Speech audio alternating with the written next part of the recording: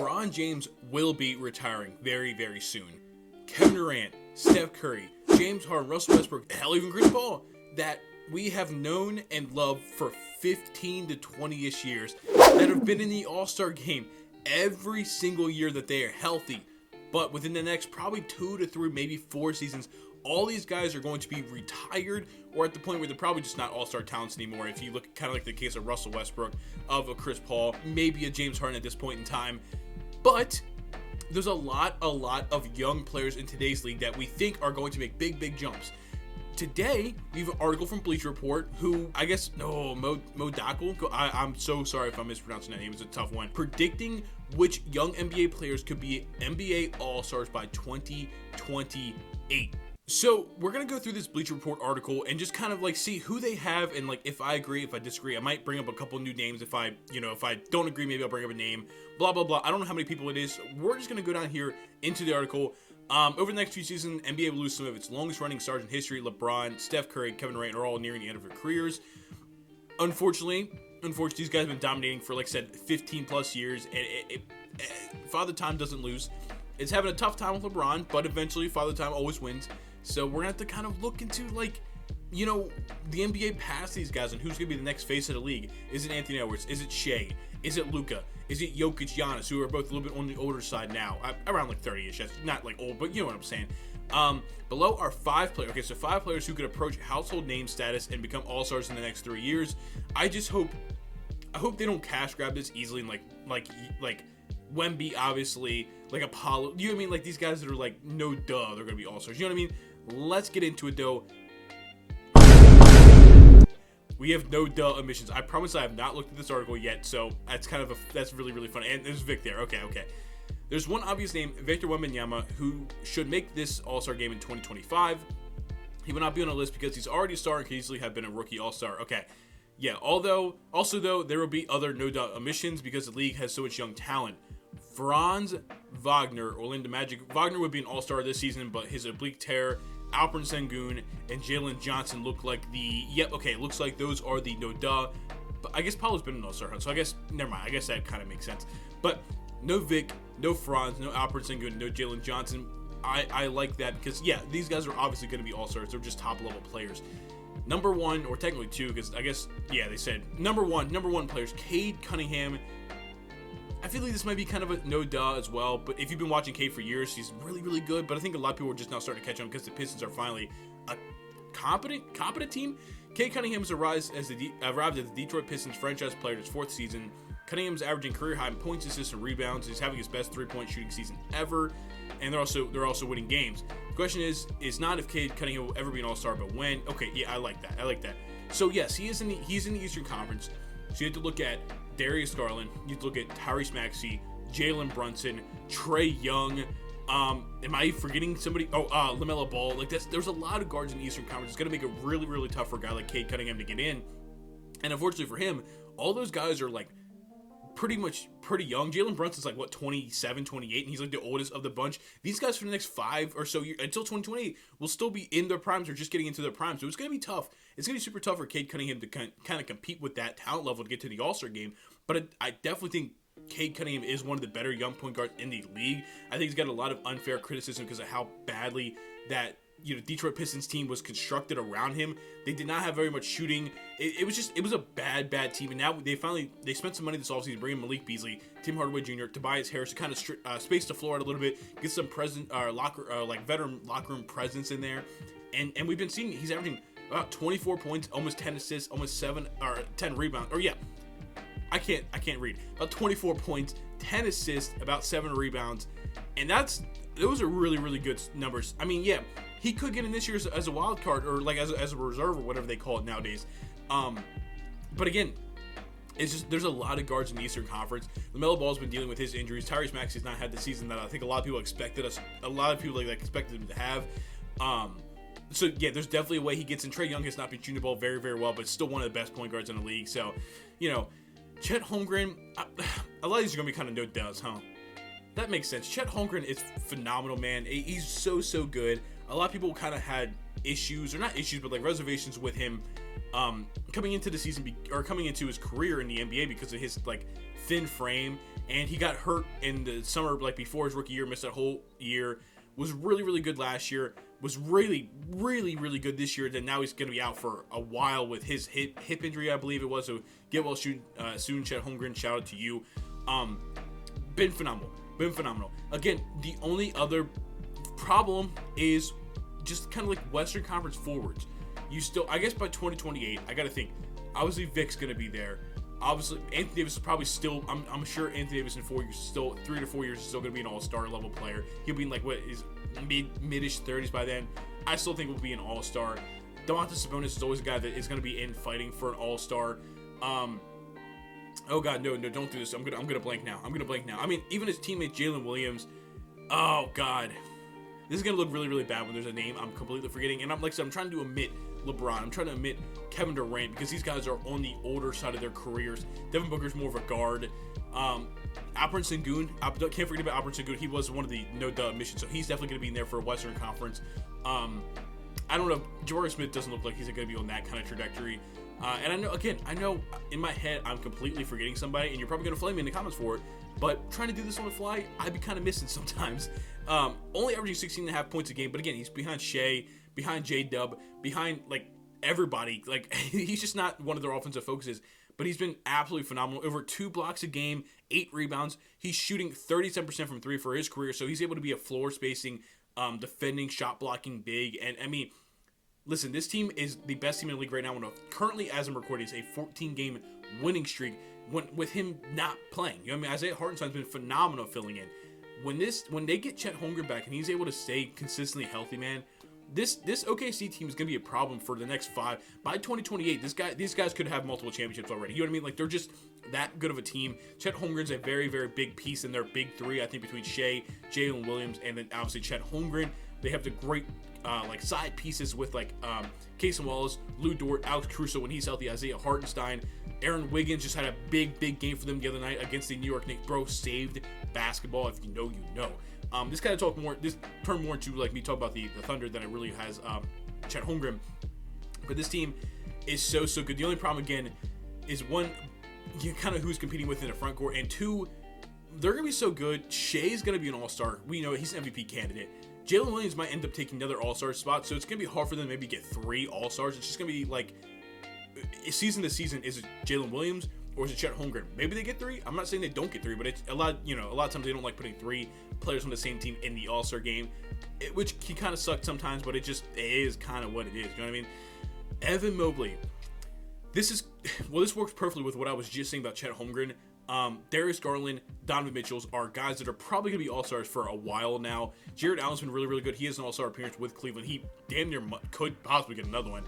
Like, Evan Mobley's super good, and he's taken an offensive leap this season. He's spacing the floor a bit more. I think he's 2 or maybe about 3 threes a game, shooting pretty decent. I'm sure they actually get into it here. He's having a breakout season. He should make the All-Star game this season, but even if he does not, he will have a few All-Star games under his belt by 2028.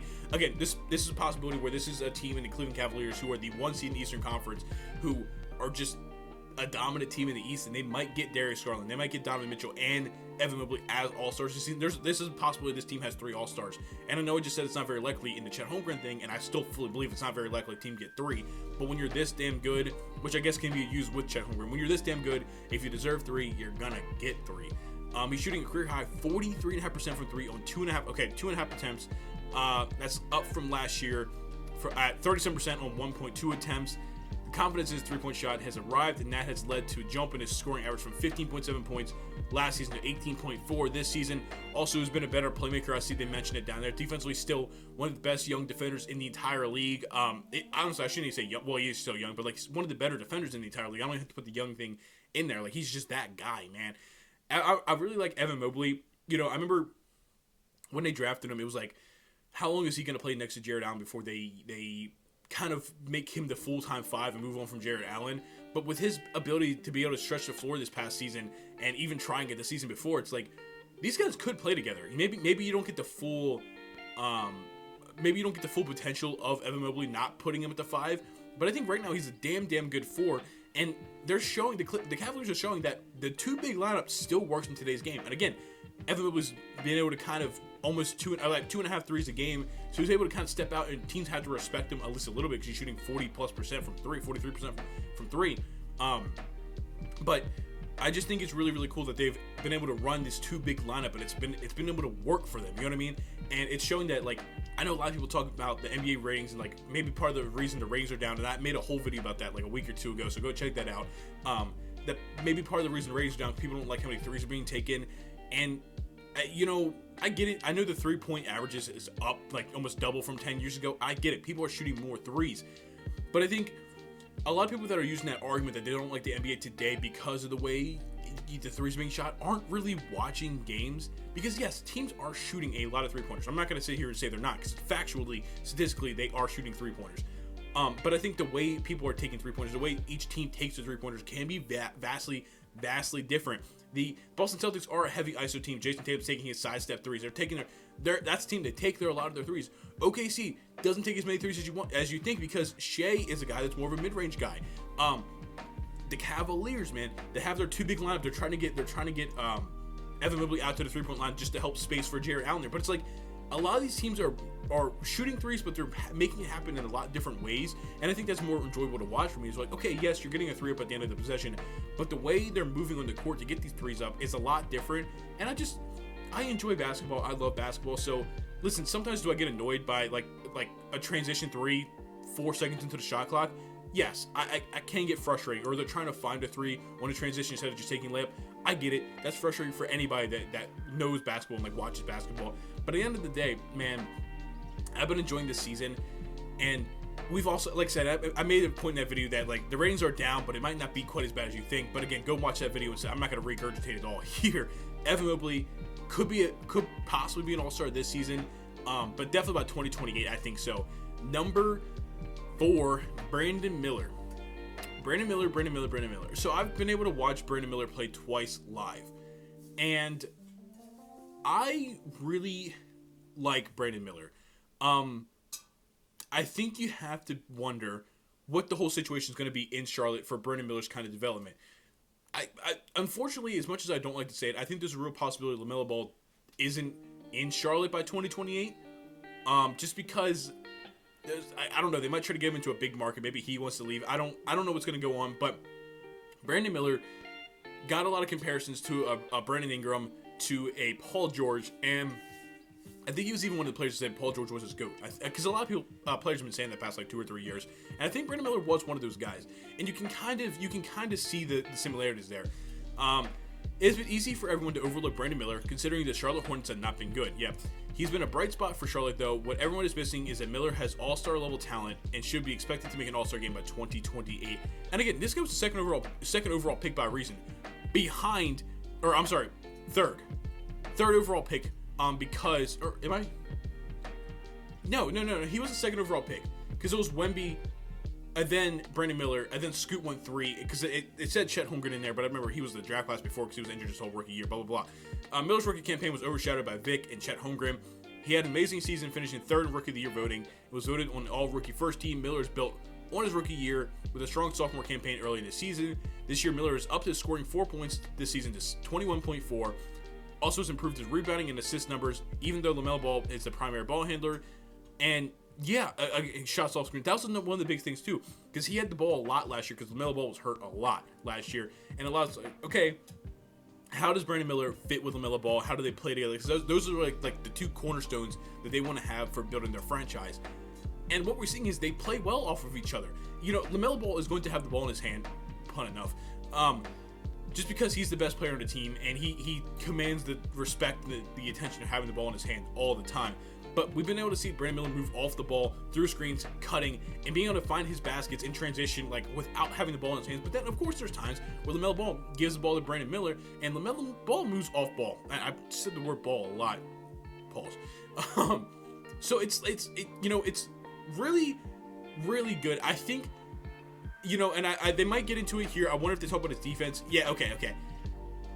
You look at Brandon Miller, and he looks like the frame of a guy that should be, and I think he's going to be a good defender. But yeah, he hasn't been great yet.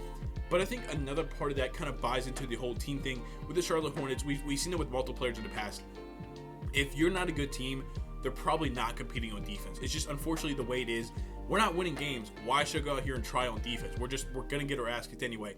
Do I agree that it's a good thing? No, not at all. And I think you should try to compete because at the end of the day, it's always going to help you in your contract negotiations. Like, listen, we might have won 17 games, but damn it, I was a top 7 positional defender. You know what I mean? Like, that's always going to help you get more money because you can be valuable on both sides of the ball. At the end of the day, the players, they want to win their championships. They want to win. But they also want to make the generational money. And I think showing that you're valuable on both sides of the ball is a crazy good way to have a long career and kind of get the money that you're looking for. Let's see. This one area where Miller can improve, which is his defense. He has yet to show the ability to be a strong defender. He has all the physical qualities to be a Paul George-like defender. Okay, so yeah, Paul George, like I said, but it's not delivered on that. It's clear Miller's not an all-star level yet, but the skills are there. He is the goods to be among the best, and by 2028, he should be an all-star. I agree. I think Brandon Miller's going to be one of the best small forwards in this league in the next couple years. And I think he's better than a lot of people realize it. They're just not watching the Charlotte Hornets, or when they watch the Charlotte Hornets, they're just such a dysfunctional team right now that they're not really understanding how good Brandon Miller is. He'll get his respect in due time, and shout out Brandon Miller. I really, really do like Brandon Miller. The last one is Bilal Coulibaly. Okay, you know what? I like this. This is way more of a shot, like way more of a okay, we're really trying to dig than these top guys. I feel like it's pretty easy to say they're going to be all stars for the most part. Bilal Coulibaly is a very, very good one. Now, do I agree with it? No, probably not. But Wizards fans, before you get all upset, I don't know if Wizards fans even watch my video. I like the Wizards. I've been to multiple of their games because they're technically my local team along with Philadelphia. I really, really like Bilal Coulibaly, and I've actually talked about Bilal Coulibaly on this channel before, where I think he's a really, really good defensive prospect. The thing about Bilal Coulibaly is he's one of those guys that you feel his value the most on winning teams. He's like a Herb Jones level connector. Is he the same level of defender as Herb Jones right now? No, he's not. I'm not trying to compare them that way. But you want Bilal Coulibaly can be a very, very, very good starting 2 to 3 on a team trying to win a championship. He's going to bring some defense. He's working on his jump shot. He has the ability. He's still a pretty raw talent. He's still got a lot to develop left. But I think this is his second year, so we're not expecting anything out of him, especially in a Wizards team. Like I just talked about with the Charlotte Hornets. If you're that bad of a team, you're probably not trying that hard on defense. But Bilal Coulibaly tries, man. He had that crazy. We went to the game they played against the Charlotte Hornets back a week or so before Christmas, and he called that crazy lob, and the arena went electric. The fans there in Washington, they love Bilal Coulibaly because he's really just a gritty, tough defender. He loves to play basketball. It seems like, you know what I mean. Let's see what they have his stats here. This might be a bold prediction, but Bilal Coulibaly would appear in an All-Star game by 2028. It will be a few years before Coulibaly is ready for an All-Star game. But if his skill set develops over the next 4 years, he can be in that game. He's unknown to most casual fans. He was drafted. Well, I think it's also just playing for the Wizards. He was drafted with the 13th pick by the Washington Wizards in 2023. He's expected to be a project for the organization. Right off the bat in his rookie season, he showed he was further along than most thought, and he's been even better. His way to go: improved the playmaker, averaging 3.6 assists on 17% usage, and assist percentage, he shot up from 8.6 to 15.5. Yeah, okay. So basically just talk about his playmaking's been a lot better, and he's 20 years old. Again, I think he's going to be a high-level role player, a very, very good connecting piece. I could be wrong. He could end up being a star and an all-star, and I would absolutely love that for Bilal Coulibaly because I'm a big, big fan of his. But if I'm looking at this realistically, I just don't know. If you look at guards, I think he'd probably be considered like a guard in the West or the East. I just don't know if he's going to ever be able to really crack those guys because he's not going to average the 25-plus points per game that the Trae Young, the Jalen Brunson, LaMelo Ball, Tyrese Maxey, these guys, Cade Cunningham, he's not going to average that or the 7 to 9 assists. You know what I mean? He's not going to do that. He might be an 18-point, a 7 rebound, a 4 to 5 assist guy, which is really, really good. He might even average over a steal and a half a game. I think he could be very, very good for what he is as a role player, but I just don't know if that's ever going to get him. Is that ever going to get him an All-Star game? I don't know. I really don't know. But that's who they have, man. Shout out Bleacher Report. Shout out my guy. What was his name? I don't want to butcher his name. It was Mo. Don't want to mispronounce that last name. But I do appreciate you guys watching. I hope you guys like this style of videos. I will have a 2K video back out on Friday, this Friday. It's been a couple weeks. My editor's been out of town. I've been having some fun with some other games and like doing article reaction. So if you guys like that, please go down, hit the like button, hit the subscribe button. I'm trying to have a huge 2025. And you know, let me know what you guys want me to see. Like we talked about the Jimmy Butler stuff because that's a whole fiasco, absolute fiasco down there in Miami. And yeah, I mean, Tyler Hero, has Tyler Hero been an All-Star? That's a guy that could definitely be on this list. Maybe before I go, I'm gonna make sure Tyler Hero hasn't been an All-Star because for some reason I feel like he got one. And if that's the case, then okay, he shouldn't be on this list. But I don't know. Part of me feels like he never did. Does Tyler Hero? Yeah, Tyler Hero has no All-Star appearances. Tyler Hero's a guy that very much could be an All-Star by 2028. He's right now, I'd say the best player in the Miami Heat. Going back to the talk about them last video, Bam Adebayo has been an All-Star before, but Tyler Hero has been really, really good this season. And let's go ahead. He's averaging 24, a little bit over 24 points a game, 5.5 rebounds, over 5 assists, and 41% from three. And I get it. Right now he's got an increased role because of the whole Jimmy Butler situation. But I genuinely think Tyler Hero made a genuine good jump this season. And I'm not saying, is he always going to be a 24, 5, and 5 guy? I don't know. But stats like that very well could get him an All-Star nod within the next 4 years. I don't know. Shout out Tyler Hero, man. I'm a big fan. And he kind of got, you know, if you watched that fight the other week, he kind of got tossed by Amin Thompson. But he was cooking Amin Thompson the whole night. I'm a fan of both those guys, so the fight was kind of dumb. It was kind of dumb. These guys are never going to fight. It's just what the NBA is nowadays. I don't know. I appreciate you guys watching, and I'll see you guys next week. Peace.